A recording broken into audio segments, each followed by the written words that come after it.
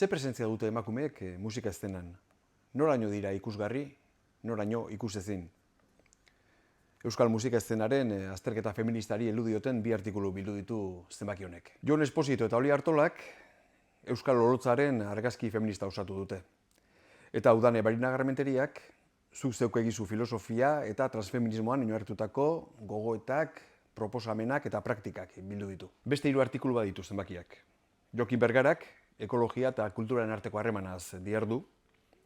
Mali Quintanak Baiona, Angelu eta Miarritzeko gazteen hizkera aztertu du, eta Joseba Permatxek ekonomia, ideologia eta metaforen arteko harremana aztertu du. Egunen gurpilean sailean, aurtengo 3 lankideak, Xu Otero, Jokin Bergara eta Zira Crespo. Jakin filosofatzen atalean berriz, Itziar Ugartek, Oier Iruretagoiena artista elkarrizketatu du. Eta azalean, Ogoltzan agerian ez dauden subjektuei keinu bat egin die, Irantzu Pastorrek.